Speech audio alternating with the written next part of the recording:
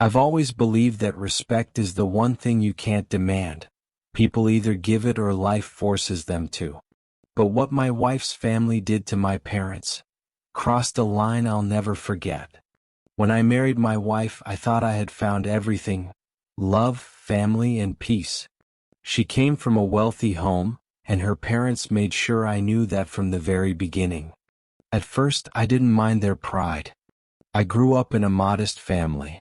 My father was a carpenter, hardworking, honest, and proud of every piece of furniture he built with his bare hands.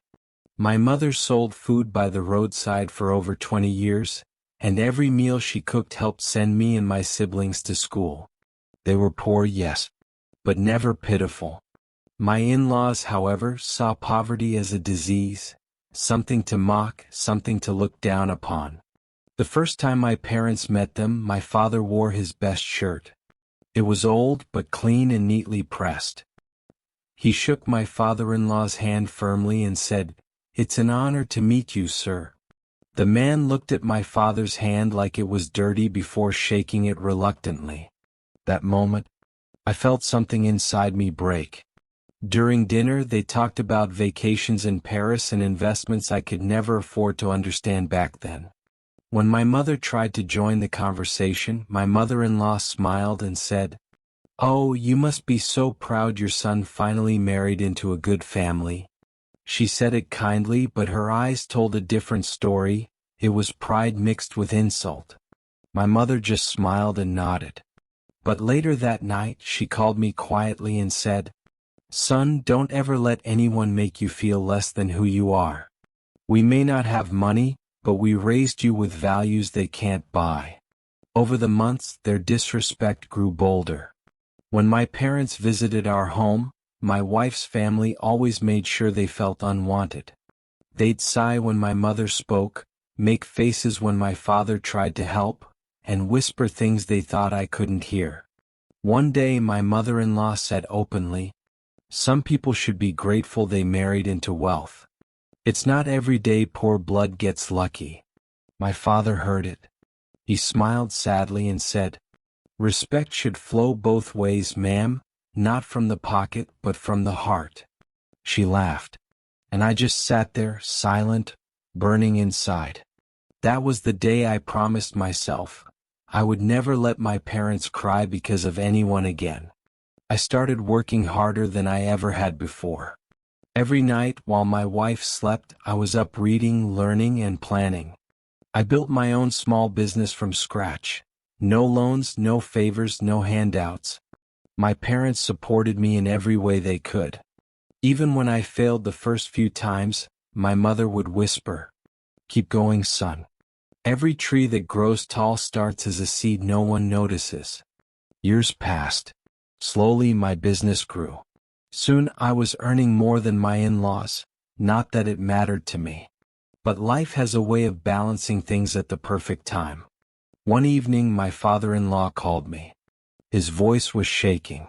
He told me his company was in trouble, a huge debt, bad investments, and a possible lawsuit. I went silent for a few seconds. Then I said, "I'm sorry to hear that, sir. How can I help?" He hesitated. He wasn't used to asking for help, especially not from me. But he said, "We need a loan.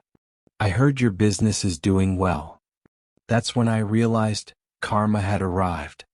I didn't humiliate him. I didn't laugh or remind him of his insults. I gave him the money he needed, but I added one condition. My parents will move into the guest house.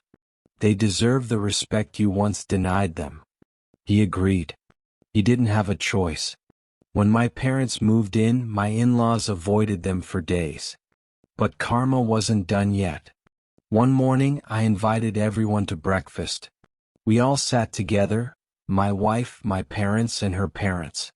After the meal, I stood up and said, "I just want to say something. My father, the man you once looked down on, taught me everything I know about honesty, humility, and work. My mother, who sold food by the roadside, raised me with more dignity than money ever could. If you think they are beneath you, then you're beneath respect itself." The silence that followed was painful, but healing. My mother-in-law's eyes filled with tears. My father-in-law couldn't look at my father. My mother smiled faintly and said, "Respect given too late is still better than never at all." That day the balance shifted. Since then they've treated my parents with the respect they should have had from the beginning. Now, years later, my in-laws always tell people, "Our son-in-law taught us that respect isn't about wealth, it's about worth." Sometimes I visit my parents, sit beside my father, and watch him sand down wood for another chair. He'll smile and say, "You didn't have to fight for us, son. Life would have handled it." And I tell him, "I know, Dad. But sometimes, life needs a little help to remind people that respect has no class." Moral of the story: never look down on anyone because of what they don't have.